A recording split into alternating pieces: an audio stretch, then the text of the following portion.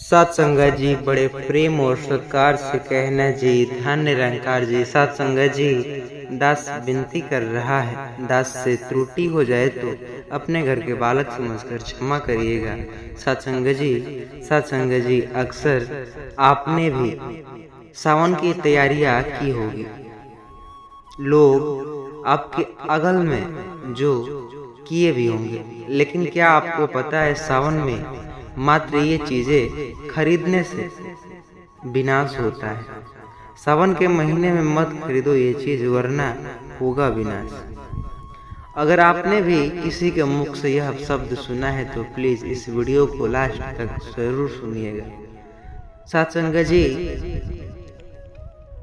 एक ऐसी कहानी की ओर बढ़ेंगे आज की यह वीडियो।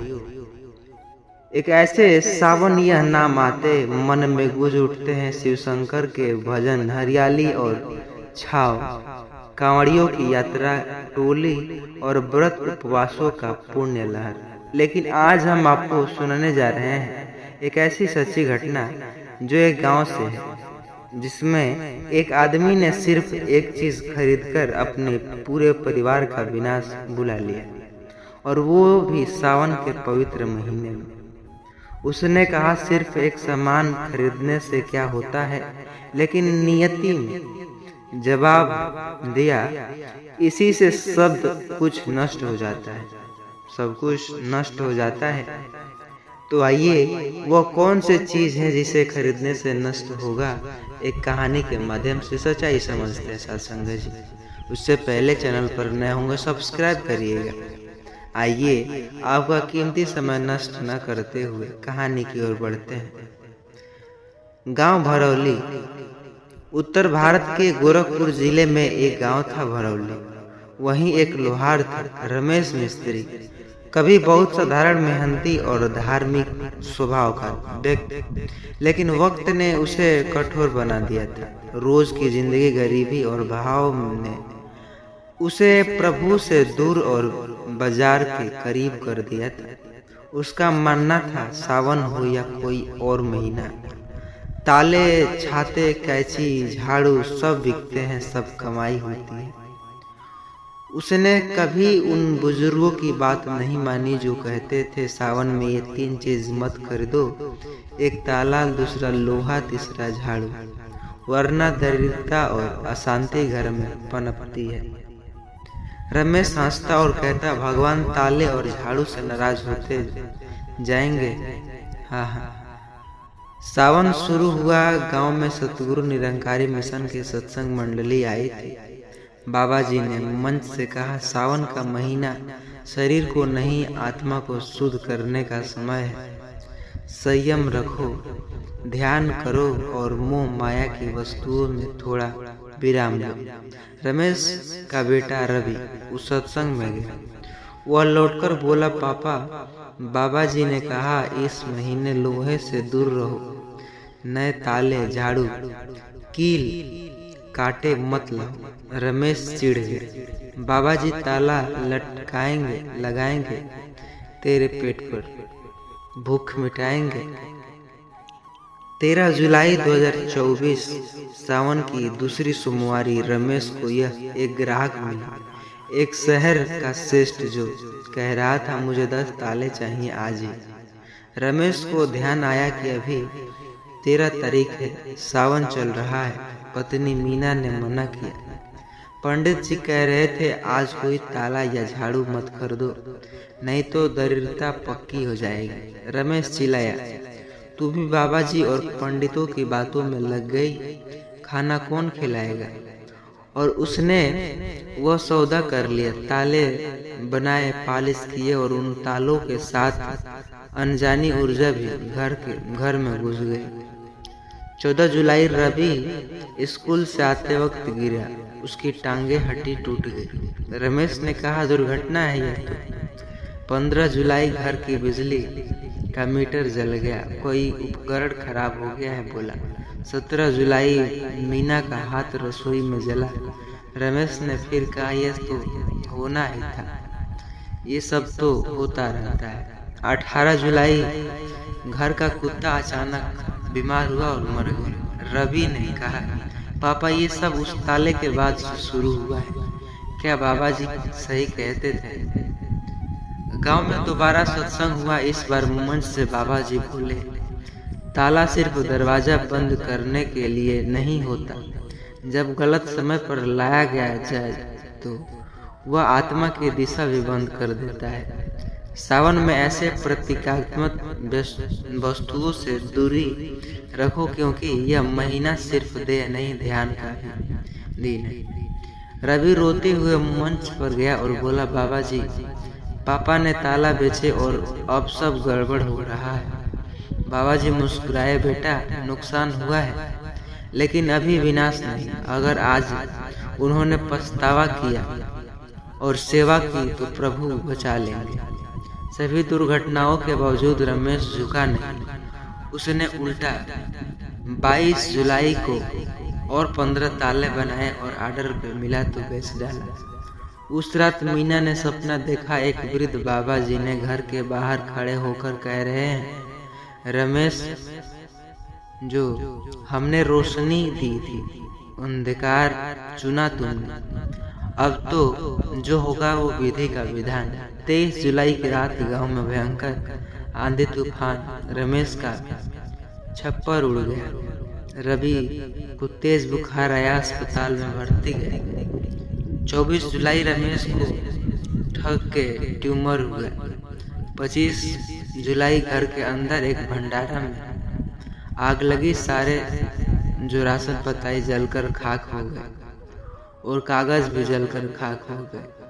मीना जमीन पर बैठकर रोती रही। मैंने मना किया, मैं मत करो ये सब। 27 जुलाई को सतगुरु मिशन में फिर निर्मल जी आए। बहन जी रमेश से उनकी बातें रोती होती कहती, मैंने अहंकार किया, स्वयं तोड़ा और सब खो दिया।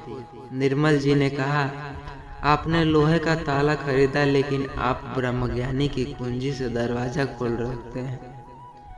उसी दिन रमेश ने संगत में शिरकत की और ब्रह्मज्ञान प्राप्त किया और पहली बार उसे नींद आई। सावन के महीने में सोमवार को रमेश ने गांव के बच्चों को भी फ्री में ताले बांटे, लेकिन साथ में एक कागज चिपकाया, ताला तब बंद करता है जब हम चेतना खो देते हैं। अब इस ताले से सिर्फ बक्सा बंद करना, आत्मा नहीं। आज रमेश बाबा रमेश के नाम से जाना जाता है। सावन में ताला नहीं बेचता बल्कि सत्संग की भक्ति भी कहता है। सत्संग जी निष्कर्ष निकलता है कि सावन में क्यों न खरीदे ये चीजें, क्योंकि ये सतगुरु ये केवल वस्तु नहीं, प्रतीक है गृह क्लेश, मन की दृढ़ता और चेतना के बंद दरवाजे के। ये चीजें विशेष रूप से सावन में खरीदना। लोहे के ताले आत्मा के रास्ते बंद करते हैं। झाड़ू लक्ष्मी के प्रतीक को अनजाने में घर से बाहर कर देती है। कीले काटे क्लेश की पीड़ा, काले वस्त्र सकारात्मक ऊर्जा को रोकने। ये तमाम प्रकार का। आशा करता हूँ यह वीडियो आपको दिल को छू ली होगी, तो उन लोगों तक यह पहुँचाइएगा जो सिर्फ सामने को देखते हैं, समय पर पवित्रता नहीं समझते। चैनल को सब्सक्राइब करिए, क्योंकि अगली बार इससे भी अच्छी वीडियो लेकर के आऊँगा। सत्संग जी, प्रेम और सत्कार से कहना जी, धन निरंकार जी। इसे मित्रों के साथ शेयर जरूर करिएगा। सत्संग जी। सावन में दारू पीने वाले, अक्सर आपने भी इस प्रकार के लोग देखे होंगे। जो चीज़ को मना किया जाता है वो बार बार करते हैं, लेकिन जब घटना घटती है तो कहते हैं निरंकारी सब देख लेंगे। क्या देखेंगे? सावन वर्ष का महीना, जो कि वर्ष का वह महीना है जब आसमान से पानी नहीं कृपा बरसती है। भगवान शिव को समर्पित यह महीना, चाहे नाम अनेक हो लेकिन निराकार भगवान क्या है? एक ही है सत्संग जी। जहाँ श्रद्धा, संयम और साधना का प्रतीक माना जाता है, लेकिन आज के समय में लोग रीति रिवाज निभाते पर उसका मर्म नहीं समझते। तो सावन भी उनके लिए बस एक और महीना बनकर रह जाता है। आज ऐसी कहानी की तरफ ले चलूंगा, ऐसे व्यक्ति की कहानी जिसने सावन के महीने में सिर्फ दारू ही नहीं पी, बल्कि पीकर हंसते हुए भूत भगवान कुछ नहीं होते। लेकिन फिर जो हुआ उसका विनाश ऐसा हुआ कि पूरा गांव आज भी उस घटना को याद करता है और कांप जाता है। सत्संग जी, यह सच्ची घटना पर आधारित कहानी जरा गौर से सुनिएगा। यह कोई डरावनी कल्पना नहीं, यह है एक सच्ची घटना जो आपको अंत तक, जो कि सुनने के बाद ही अनुमान लगा पाएंगे कि इतना बुरा हस्म भी हो सकता है जिसका आपका अनुभव भी न होगा, जिसका अंदाजा भी नहीं होगा। सत्संग जी, आइए उस व्यक्ति की कहानी की ओर बढ़ते हैं। कहीं हम भी वही तो नहीं कर रहे हैं जो उस व्यक्ति ने किया। सत्संग जी, इसलिए प्रश्नों के उत्तर के लिए आपको वीडियो को पूरा देखना होगा। चैनल पर नए होंगे सब्सक्राइब जरूर करिएगा। सत्संग जी, इस वीडियो को अंत तक देखने से आपको ही फायदा मिलेगा, क्योंकि इसमें बहुत ही अच्छे अच्छे विचार, निरंकारी विचार क्या कहते हैं, सब कुछ मिलेगा। सत्संग जी, तो लास्ट तक बने रहिएगा। आइए आपका कीमती समय नष्ट न करते हुए कहानी की ओर बढ़ते हैं। उत्तर प्रदेश के बलिया जिले में एक गांव था, बहादुरपुर। वहीं रहता था मस्ताना लाल। नाम भले ही मस्ताना, पर उसका जीवन नशे, जुए और घमंड से भरा हुआ था। शराब उसके लिए जैसी पानी जैसी थी। सुबह हो या रात, त्योहार हो या व्रत, उसके लिए कोई मर्यादा नहीं थी। गांव में लोग कहते भी थे, भगवान को नहीं मानता पर बोतल के आगे झुक जाता। मस्ताना भी पत्नी सीता दिन रात प्रार्थना भगवान से करती, हे भोलेनाथ, ये सावन का महीना है, इसके मन को बदल दो। पर मस्ताना रोज दारू पीकर हंसता और कहता, सावन में भगवान ज्यादा खुश होते हैं, इसलिए मैं ज्यादा पीता हूँ। एक दिन गांव में सतगुरु निरंकारी मिशन का सेवक जो निर्मल सिंह सत्संग का निमंत्रण देने आया। उसने मस्ताना से हाथ जोड़कर कहा, भाई, सावन का महीना तपस्या का समय है, इसमें नशा नहीं, संयम चाहिए। आओ सत्संग में चलें और जीवन को बदले। लेकिन मस्ताना ने उल्टे उसकी हंसी उड़ाई। अरे बाबा जी, तुम लोग हर चीज में भगवान को घुसेड़ देते हो। शराब तो भोलेनाथ खुद पीते, गाजा जिसे बोलते हैं। निर्मल सिंह ने बड़े प्यार से जवाब दिया, भोलेनाथ ने जहर पिया, मदिरा नहीं। उन्होंने दूसरों को बचाने के लिए विष गले में रखा। तुम अपना आत्मा को भी जला रहे। मस्तान गुस्से में बोला, जाओ बाबा, अपने जो कि संतन के पास मुझे न उपदेश चाहिए न कथा। निर्मल सिंह हाथ जोड़कर चला गया, पर जाते जाते कहा, ध्यान रखना भाई, सावन में जो चेतना से गिरा वो केवल गिरा नहीं, विनाश की न्योता दे बैठता।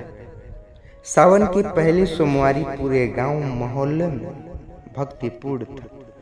लोग जल चढ़ा रहे थे, महिलाएं व्रत रख रही थी। उधर मस्तान अपने घर के सामने बोतल रखकर बोल रहा था, आज देखता हूँ कौन सा भगवान मुझे रोकेगा। अगर कोई है ऊपर तो आज सजा दे दे। गांव वालों ने देखा और चुपचाप मुंह फेर लिया। पर उस दिन के बाद से कुछ बदल गया। उस रात मस्तान को नींद नहीं आई। जब सोया तो सपना आया, एक काली छाया उसके सामने खड़ी थी और कह रही थी, सावन में शिव को ललकारा है तूने, अब विनाश होगा तेरा। उसने घबराकर उठकर देखा, उसका चेहरा शीशे में सुजा हुआ था, आंखें लाल थी, पर उसे लगा शायद दारू का असर है। दूसरे दिन जब मस्तान घर से निकला तो देखा उसका पालतू काला बिल्ली मरी पड़ी थी। बिल्ली जिसे वह बहुत प्यार करता, सीता ने कहा यह अच्छा संकेत नहीं है। सतगुरु ने चेतावनी दी थी। मस्ताना चिल्लाया, ये सब ढोंग है, भगवान ने मारी बिल्ली, क्या वो बेरोजगार है? सावन की दूसरी सोमवारी के एक दिन पहले उनका 8 साल का बेटा गोलू बिना वजह बेहोश हो गया। डॉक्टरों ने चेक किया, सब सामान्य, पर डॉक्टर बोले, गोलू आंखें खोलते ही चिल्लाया, पापा पापा। वो काले बाबा मेरे पास आए थे और बोले, तेरी पापी बाप सबको ले डूबेगा। मस्ताना फिर कांप गया। उसे ऐसा महसूस हुआ कि जैसे मानो कुछ सन रह गया हो। सीता सब कुछ छोड़कर गांव से बाहर सतगुरु निरंकारी मिशन के आश्रम पहुंची, जहां उन्होंने रोते हुए प्रार्थना की, हे बाबा जी, मेरे पति आपको नहीं पहचानते, लेकिन मैं जानती हूँ कि जो दंड है वो चेतावनी है। कृपा करे चेतना दे ताकि विनाश से पहले परिवर्तन हो जाए। बाबा जी ने सिर पर हाथ रखा और बोले, बेटी, तेरा जो विश्वास है ना, वो वाकई बहुत विनम्र है, लेकिन वो नहीं मान रहा, तो क्या करें? हम कोशिश करेंगे और लेकिन परिवर्तन देखते हैं भीतर से होता है या नहीं। तीसरी सोमवारी मस्तान ने फिर शराब पीकर और कहा, आज अंतिम पार्टी, उसके बाद क्या होगा देखोगे। रात को 1 बजे वो चिल्लाता हुआ बाहर भागा, वो मुझे जला रहे हैं, मेरी आंखें फूट रही है, आग लग रही है मेरे आंखों में, बचाओ कोई। लोग दौड़े, लेकिन उसके शरीर में कोई जो आग नहीं थी, पर उसकी त्वचा जल रही थी, आंखों से खून बह रहा था। सीता चुपचाप आकाश की ओर देखती और कहती, अब विनाश तो पूरा हुआ। अस्पताल में भर्ती होने के बाद मस्ताना 3 दिन कोमा में रहा। चौथे दिन जब होश आया, उसने धीमी आवाज में कहा, मैंने भगवान को ठुकराया और सतगुरु को हंसाया, पर आज मैं जान ही गया कि जो दिखता है वही सबसे बड़ा होता है। और इतना कहकर उसने अंतिम सांस ली। मस्ताना की मृत्यु के बाद सीता ने व्रत लिया। वह हर सावन में गांव की औरतें को सत्संग कराएगी और बताएगी शिव की भक्ति सिर्फ व्रत करने से नहीं होती, बल्कि विनम्रता, संयम और सतगुरु से जुड़ने से होती है। आज सीता को सीता दादी कहा जाता है और हर सावन में वह यही कहानी सुनाती। एक शराबी पति का अंत कैसे हुआ, गांव के लिए शिक्षा भी बनी। निष्कर्ष यह निकलता है कहानी से कि सावन कोई त्योहार नहीं, एक चेतावनी है। ईश्वर के साथ खिलवाड़, नशे के सहारे जीवन चलाना और चेतावनी के बाद भी सुधरना, ये सब केवल विनाश का निमंत्रण। शिव ने जहर पिया पर आत्मा नहीं छोड़ी, और जो लोग सावन में आत्मा छोड़कर बोतल पकड़ते हैं, उनके जीवन में केवल अंधकार ही आता है। सत्संग जी, आशा करता हूँ यह कहानी आपके दिल को झकझोर दी होगी। तो प्लीज़ इस वीडियो को सिर्फ लाइक मत कीजिएगा, उन सभी के पास पहुँचिएगा जो अभी अभी नशे में मजाक